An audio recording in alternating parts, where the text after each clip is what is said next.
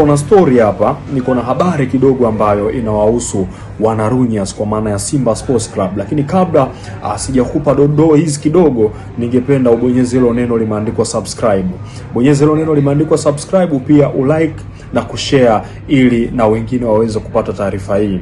Bwana, hapa niko na story ambayo inamhusu mchezaji kutoka huko Mali, ambao wana Simba wanarunyas kwa maana ya Simba Sports Club tayari wameshamalizana naye, na kwa taarifa za kusadikika kwamba amesha saini mwaka mmoja. Bwana, husi mwingine ni Ibrahim kutoka huko katika klabu ya Korofina, AS Korofina ya huko Mali, ambaye aliweza kucheza mwezi Juni, alifunga hat-trick hatari sana.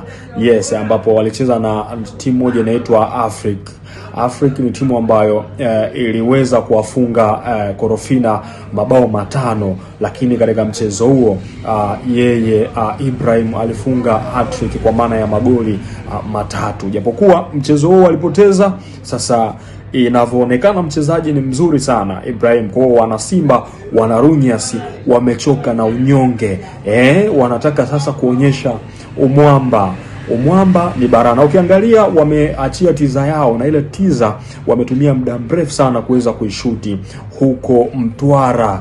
Ndio ulikuwa unasikia muda wote wako Mtwara, na walikuwa wanatengeneza kitu kama hicho, na kitu ni kizuri, of course kimetoka kizuri. Tiza imetoka nzuri, na tiza inaendana na hadhi ya wachezaji ambao wameshasajiliwa. Mimi ni Tayo wa Tayo Media. Usisahau kulike na kusubscribe, kushare na kukomenti pale ambapo panapokuwa na changamoto ama mazuri kutusifia pia.